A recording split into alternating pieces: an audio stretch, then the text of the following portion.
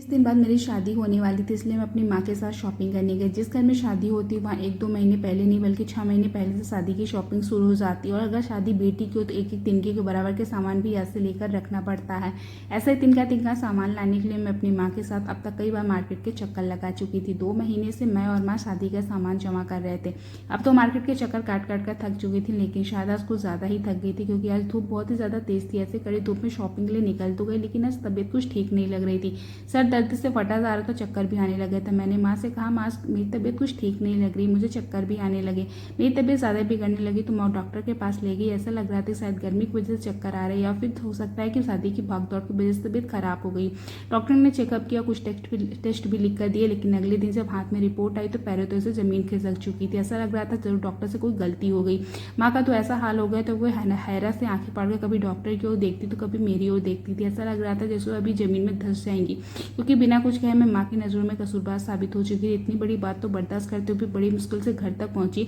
माँ भी पूरा रास्ता चुप, तूने रास्ते में से एक भी शब्द नहीं कहा, लेकिन जैसे ही हम दोनों घर पहुंचे माँ रोने लगी और कहने लगी, क्या कर दिया तुमने, या किसका पाप पल रहा है तेरी कोख में। मैं बेचारी अपनी माँ से क्या जवाब देती, जबकि मैं खुद ही इसके बारे में कुछ भी नहीं जानती थी। शक करती तो किस पर करती, क्योंकि मेरे घर में मेरी माँ के अलावा कोई भी नहीं रहता था। मैं अपने दोनों हाथ से अपना सिर पकड़कर बैठी थी, क्योंकि डॉक्टर के कहने के मुताबिक मैं पिछले 3 महीने से प्रेग्नेंट थी। मेरे कहने पर डॉक्टर ने 3 बार रिपोर्ट निकाली, लेकिन हर बार रिपोर्ट में साफ लिखा था कि मैं प्रेग्नेंट हूँ। रिपोर्ट आने के बाद इस बात से ढुकला भी नहीं सकती थी मैं प्रेग्नेंट नहीं हूँ। लेकिन सोचने वाली बात यह है कि मेरे साथ ये सब किसने किया और कब किया, और अगर ये मेरे साथ इतना बड़ा जुर्म हुआ तो मुझे कैसी खबर नहीं हुई।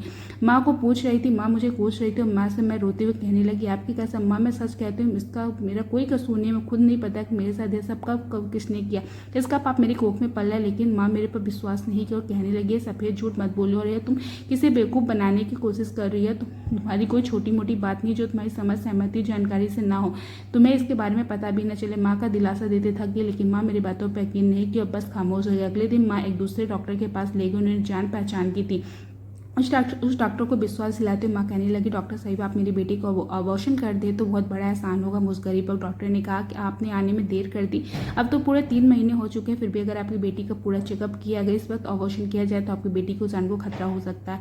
अब तो मेरे पास इस बच्चों को जन्म देने के अलावा कोई भी दूसरा चारा नहीं था। अब उसमें मेरी शादी भी नज़दीक आ गई थी। मैं शांति से अपने घर में होने वाले पति को इस बात का पता चल जाता तो पूरी दुनिया में बदनाम कर देता, और इस समस्या का सिर्फ एक ही हल नजर आ रहा था कि दुनिया में भर से बदनामी होने से पहले मैं शादी से इनकार कर दूं। इसलिए अपनी माँ से कहा, माँ हम शादी से इनकार कर देते। माँ ने कहा, बेटा 15 दिन बचे हैं शादी से, तो आप तेरे ससुराल वाले इनकार करने की वजह क्या देंगे। शादी से इनकार करने की वजह तो ठीक है माँ, लेकिन शादी के बाद वह सब पता चल जाएगा, उसके बाद वो लोग मुझे धक्के मारकर निकाल देंगे अपने घर से। उससे अच्छा है कि मैं शादी ही ना करूँ। माँ ने कहा, लेकिन हम उन लोगों से क्या कहेंगे, इनकार करने का ठोस कारण भी तो होना चाहिए। मैं कुछ भी समझ नहीं आ रहा था, इस समस्या का समाधान क्या निकालूं। यह घिनौना काम मेरे साथ किसने किया। मैं दुनिया भर में बदनाम होना नहीं चाहती, इसलिए मैं अपना सामान लेकर दूसरे शहर चली गई, जहाँ मुझे माँ और माँ को कोई नहीं जानता था। मैं अपना घर छोड़कर चली गई, लेकिन आखिर में मेरी जीत के आगे झुकना ही पड़ा। माँ को लेकर बिलासपुर चली गई। मैं इंटीरियर डिजाइनर हुआ करती थी, मुझे बिलासपुर में अच्छी सी नौकरी मिल गई। जिस लड़के से मेरी शादी होने वाली थी मैं उसके साथ कंपनी में जॉब किया करती थी, और फिर दोनों एक दूसरे से प्यार हो गया था। फिर बात शादी तक पहुंच गई। मेरे घर में माँ के अलावा कोई भी नहीं था, इसलिए जब राज के बारे में माँ को बताया तो हमारे रिश्ते से कोई एतराज नहीं था, क्योंकि राज एक बहुत अच्छा पढ़ा लिखा नौजवान था, जॉब में अच्छा खासा कमा लेता था। राज के परिवार में सिर्फ उसके माँ बाप ही थे और अपने माँ बाप की इकलौती संतान था।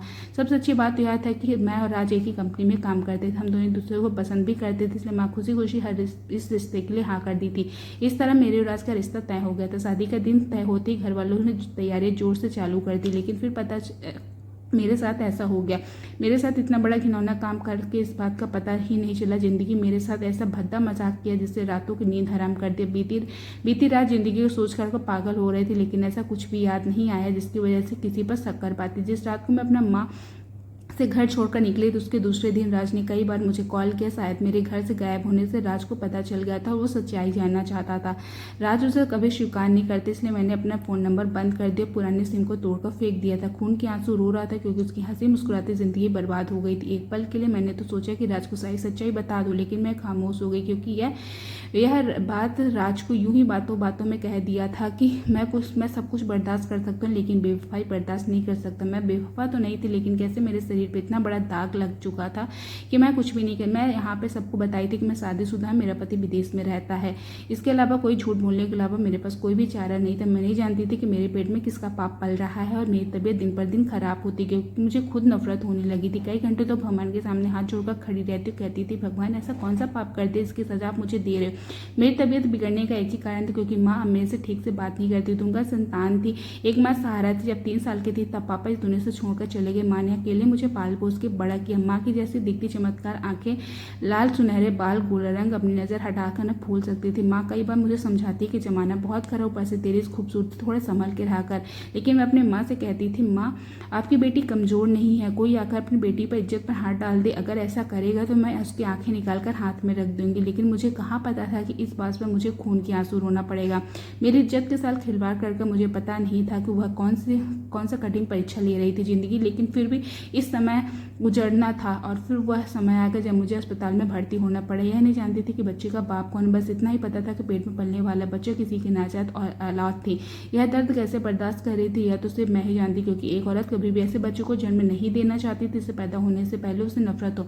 मैं अपने पेट में पल रहे बच्चे से नफरत करने लगी जिसने मेरी जिंदगी बर्बाद कर दी। इसलिए सोच लिया था कि इस बच्चे को अनाथ आश्रम में छोड़ दूंगी। पूरा एक दिन दर्द सहने के बाद मैंने एक बेटे को जन्म दिया, लेकिन बच्चे की शक्लें देखने के बाद मेरे होश उड़ गए। उसके सिर पर आसमान गिर पड़ा, क्योंकि बच्चे की शक्लें उस दिनों की तरह है जब मैं अपने ऑफिस की टीम के साथ सिलसिले में कुल्लू गई थी। मैं अपनी कंपनी में नए इंटीरियर का काम मिला था, इसलिए कंपनी के अपने बेस्ट टीम के एक साथ सौंपा गया था। वह बेस्ट टीम का हिस्सा मैं भी थी। राजू उस बेस्ट टीम का हिस्सा था, लेकिन वो अपनी माँ की बीमारी की वजह से अपनी टीम के साथ नहीं गया था।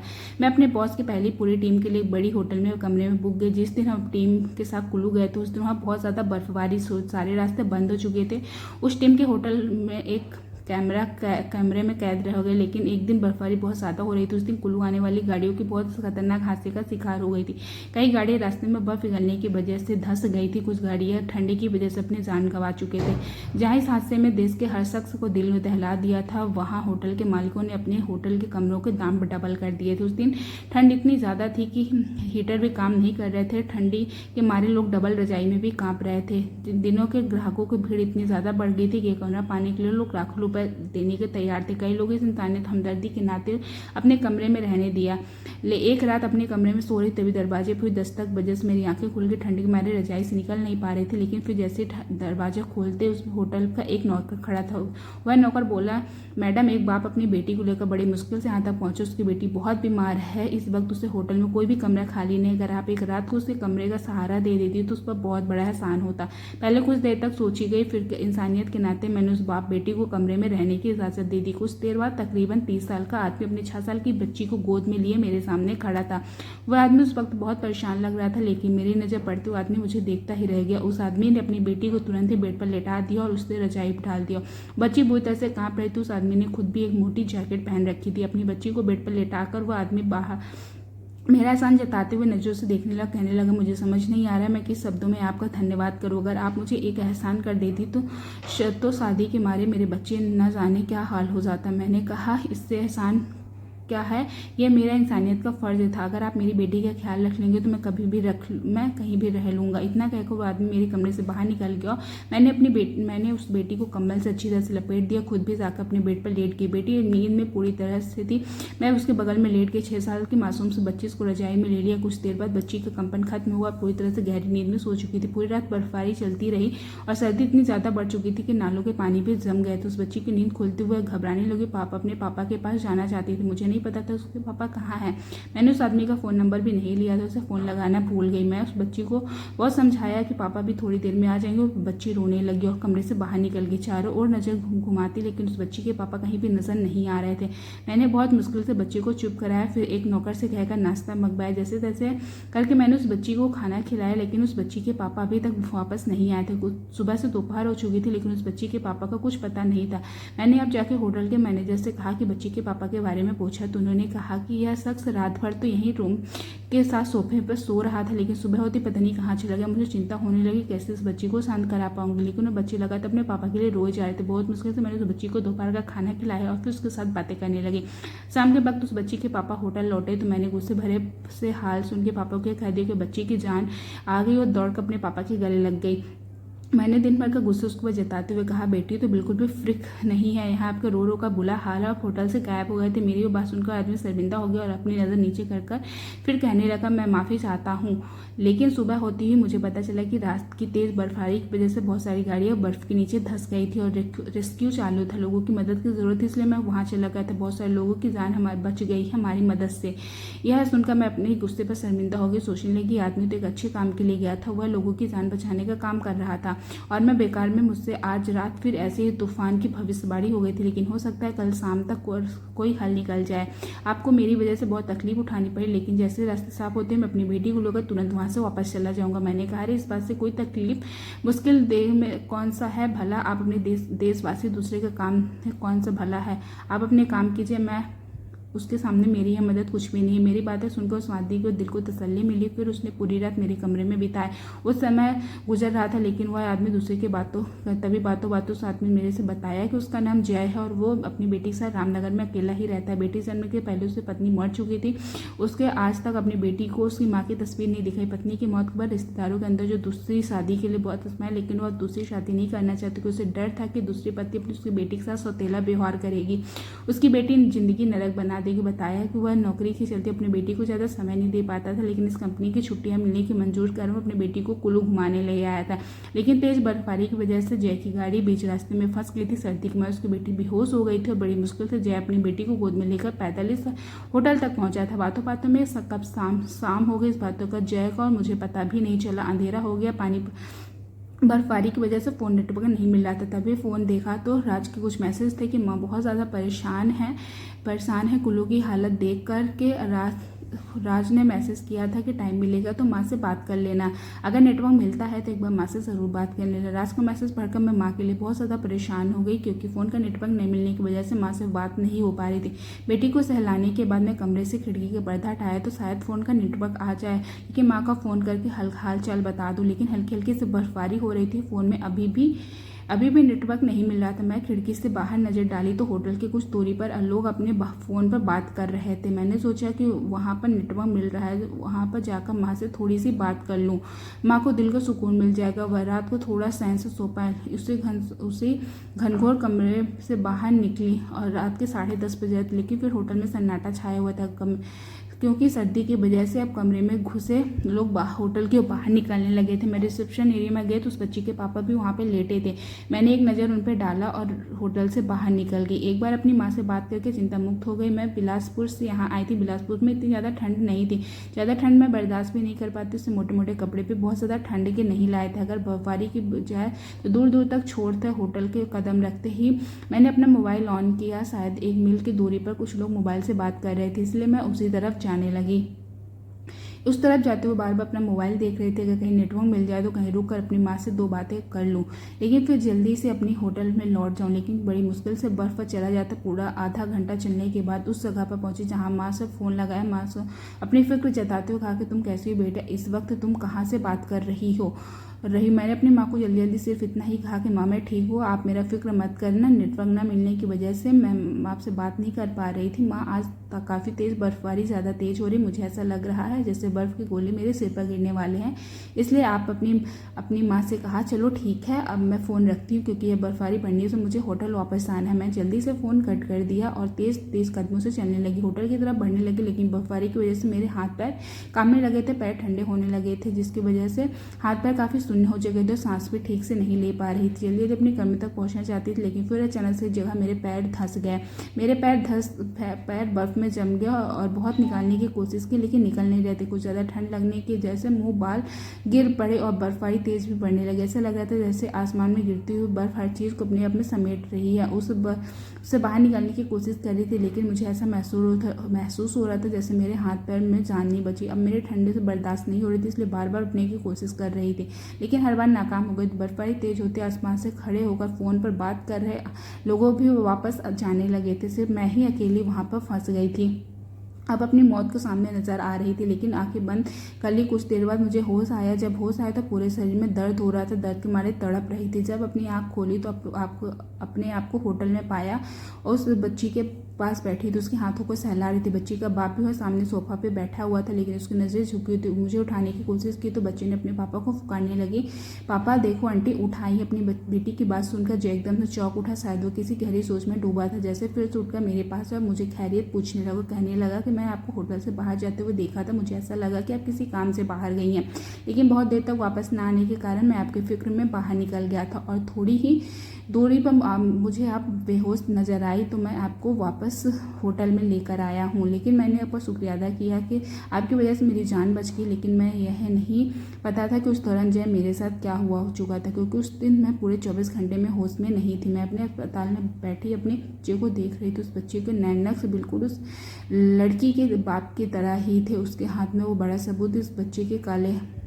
निशान थे उस बच्चे के हाथ पर भी थे। इन सब बात से मतलब शख्स है कि उस रात खिलौना काम किया था। मैं बेहोश थी, लेकिन उस वक्त बात बिल्कुल बेखबर थी। यह सब देखकर कोई भी शक हुआ था। उस रात मैंने नज़रें नहीं मिला पा रहे थे, शायद इसलिए वह मेरे से बार बार अपनी गलती की माफ़ी मांग रहा था। मैं मजबूर थी। मैं ये नहीं समझ पा रही थी कि जय मुझे बचाने के लिए मेरी इज्जत में मुझे छुआ था, लेकिन वह ऐसी बातें बोल रहा था सब कुछ ठीक होने के कारण। अपनी बेटी को वापस लेकर जा चुका था। मैं काम खत्म करने के बाद मैं भी वापस लौट आई थी।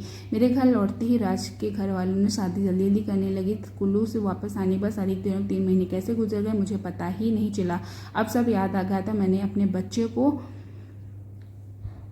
देखकर फुट फुट कर रोने लगे, सोचने लगी एक ऐसा एहसान फरामोश हुआ इंसान था, इसके रहने के लिए अपना कमरा दिया और बच्ची की देखभाल की। उसने बेहोशी में इस तरह से मेरा गलत फ़ायदा उठाया। मैं सोच रही थी इससे तो अच्छा होता कि मुझे मर जाने देता, क्योंकि मेरी ज़िंदगी अब उसने मौत से बदतर भी बना दी। अस्पताल से वापस आते ही अपनी ज़िंदगी का समझौता कर लिया था। डिलीवरी के कुछ महीने बाद ही मैंने अब खुद फिर से नौकरी करने लगी थी। अब मैंने अपने बच्चों को अनाथ आश्रम में नहीं छोड़ा, क्योंकि मुझे समझ आ गया था कि कुछ भी होगा पर उसमें मासूम की क्या गलती थी। 9 महीने मैंने इस बच्चे को अपने कोख में पाला था, अपने खून से सींचा था, इसलिए मैं उस बच्चे को खुद से जुदा नहीं कर पाई और दिल पे अपना लिया और चलने लगी। अपने बच्चों को एक अच्छी ज़िंदगी जीने के लिए मैं अपने जिगर के टुकड़ों को माँ के हवाले कर फिर से जॉब करने लगी थी।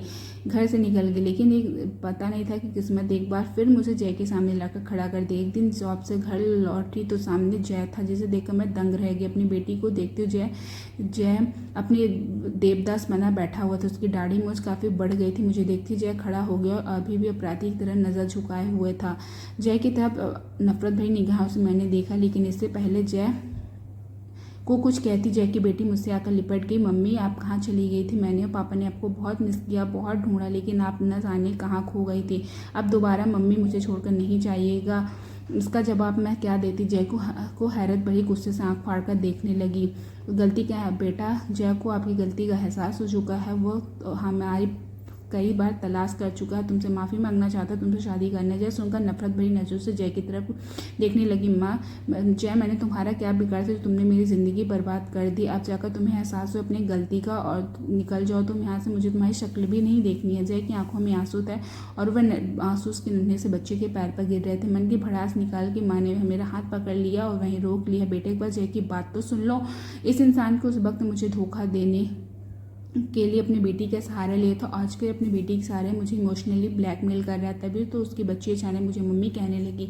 यह सब किसी का दिखावा है और सिखाया हो। जय ने मुझसे कहा आप मुझे मेरी बेटी को गलत समझ रही हैं। तब मैंने कहा वाह रे वाह, मेरे साथ गलत करने वाला आज मुझे सही गलत का पाठ पढ़ा रहा है। तब जय की बेटी मेरे पास आई और कहने लगी मम्मी पापा का गुस्सा मत करो, मेरे पापा बहुत अच्छे हैं, मेरे पापा बहुत अच्छे हैं।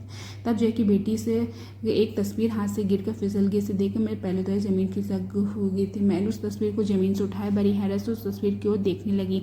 यह तस्वीर जय की पत्नी की है, जिसने जय ने बताया कि मेरी पत्नी के जिसका नाम दिया है। दिया ने लव मैरिज किया था, दूसरे से बहुत प्यार करते थे, लेकिन दिया ने मेरा उस वक्त साथ छोड़ दिया जब मैं उसके साथ मर भी नहीं सकता था, क्योंकि मैं अपनी बेटी को माँ बाप दोनों का प्यार दूंगा और उसकी आंखों में कभी एक भी आंसू नहीं आने दूंगा। मैं अपनी बेटी की कसम खाकर कह रहा हूँ, उसने जो भी कुछ मैंने जानबूझकर नहीं किया। जिस रात आपको बेहोशी की हालत में आपको कमरे में ले गया, उस रात आपका पूरा शरीर ठंडी की वजह से नीला पड़ चुका था। उस वक्त आपकी ज़िंदगी बचाने के अलावा मेरे पास और कोई भी रास्ता नहीं था। अगर कोई दूसरा रास्ता होता तो अपनी बेटी की कसम मैं आपको यूँ नहीं छूता। मैं आपको अपनी आंखों के सामने मरने नहीं देना चाहता था। दूसरी वजह आपका चेहरा था जो मेरी कमजोरी बन सका था। हमने आंखों के सामने मेरी ज़िंदगी के दिया को तोड़ते हुए देखा था। मुझे अब इतनी हिम्मत नहीं थी कि अपने बच्ची की ज़िंदगी बचाने के लिए अपने हूबहू दिया की शक्ल वाली को अपनी आंखों के सामने मरती देख मैं हर हाल में आपको बचाना चाहता था। अगर आप मेरे पास अपनी जान बचाने का कोई और दूसरा रास्ता होता तो मैं गुनाह कभी भी नहीं करता। जो कदम मैंने उठाया वह कोई मेरी मर्जी नहीं थी। पहले मैंने आपको होश में लाने की हर मुमकिन कोशिश की। बहुत देर तक आपके हाथों को अपने हाथों से रगड़ रहा था, आपके पैरों पर अपने हाथ रगड़ रहा था, गर्मी लाने की कोशिश कर रहा था, लेकिन सारी मुमकिन कोशिश करने के बाद भी शरीर में कोई गर्मी नहीं आई। मेरे पास लास्ट ऑप्शन अपने शरीर को गर्मी देना है आपके लिए बचा था। यकीन मानिए आपके शरीर के जब कपड़े निकाले उस वक्त मैंने अपनी आंखें बंद कर ली थी। मेरे मन में आपके लिए कोई भी गलत विचार नहीं था। मैं तो बस आपको शरीर को गर्मी देकर आपकी जान बचाना चाहता था। लेकिन पता नहीं है कौन सा कमजोर पल था जो आपको गर्मी देते वक्त आपके चेहरे में मेरी दिया नजर आने लगी और फिर मैं सब कुछ हो गया। अगले दिन सुबह जब होश आया तो मुझमें हिम्मत नहीं थी कि मैं आपकी नजरें मिला सकूँ। बहुत कुछ कोशिश की लेकिन हिम्मत जुटाते आपको रात के बारे में कुछ भी नहीं बता पाया। लेकिन मेरे लौटने के बाद मैंने यह अपराध मुझे चैन से जीने नहीं दिया, इसलिए मैं आपको ढूंढने लगा। बहुत मुश्किल से होटल से आपका पता मिला, लेकिन वहाँ पहुँचने के बाद पता चला कि आप यहाँ से चली गई हैं वो शादी के कुछ दिन पहले ही शहर छोड़कर। अब मुझे अचानक शहर छोड़ने से मेरे मन में एक और डर पैदा हो गया कि उस रात की वजह से आपकी ज़िंदगी में कुछ बहुत बड़ी मुश्किल आ गई, जिस वजह से आपको शहर छोड़ना पड़ा, जिसकी वजह से इसलिए मैंने आपको तलाश जारी रखा। और एक दिन आप मेरे दोस्त के ऑफिस में देख ली और अपने दोस्त के ऑफिस से आपका एड्रेस मिला जहाँ पे मैं पहुँच गया था। अपनी माँ से आपकी सारी सच्चाई बता दिया था। मैं आपका मुजरिम हूँ, लेकिन आज मैंने जो भी कुछ कहा वह बिल्कुल सही। अगर आपको गलत है तो बेशक आप मुझे सज़ा दे सकती है, मैं उफ तक नहीं करूँगा। यह कहते वक्त जय की आंखों में पश्चाताप के आंसू बह रहे थे। जय मेरे पैरों में बैठा तो कहने लगा मेरी वजह से आपको न जाने कितनी तकलीफों का सामना करना पड़ा। प्लीज़ मुझे माफ़ कर दीजिए। मैं आपकी ज़िंदगी गुजारे हुए तकलीफों को पलों को वापस तो नहीं कर सकता, लेकिन इस बात से ज़रूर कर सकता हूँ कि मैं आपकी आने वाली ज़िंदगी में खुशियाँ भर दूँगा। मुझे गलती सुधारने का एक मौका दे। मैं आपसे शादी करके उम्र भर अपराध की भरपाई करना चाहते। कहते हुए जय मेरे सामने हाथ जोड़कर खड़ा हुआ फुट फुट कर रोने लगा। जय की बातें सुनकर मैंने आंखें नम हो गई, जुड़े हुए हाथों को पकड़ा, उसे माफ़ कर दिया। यह बहुत ही सादगी से मेरी और जय की शादी हो गई। जय की दुल्हन बनकर उसके घर आ गई। शादी के बाद जय ने मुझे इतना प्यार दिया कि अपनी बीती जिंदगी के सारे गम को भूल गए, तकलीफ भूल गए। मोहब्बत ने जय को दिल में जगह रखा, हम दोनों को प्यार जिंदा रखा। आज हम दोनों का एक प्यारा सा परिवार जिसमें प्यारी सी बेटी, प्यारा सा बेटा और हम मेरे चेहरे में दिया से जुड़ी हुई यादें। भला भी इस परिवार को क्या चाहिए। दोस्तों इस कहानी से हमें यही सीख मिलती है कि हम चाहे लाख कोशिश कर ले इस धरती पर जोड़ी बनाने की, लेकिन आखिर में जोड़ा बनकर वहीं से आता है जो ऊपर वाला बना के रखता है। दोस्तों उम्मीद करती हूँ आपको हमारी कहानी पसंद आई होगी। कहानी पसंद आई है तो वीडियो को लाइक करें, चैनल पर नए तो सब्सक्राइब करें और हाँ नोटिफिकेशन बेल जरूर दबाएं ताकि अगली अपडेट सबसे पहले आपको मिले।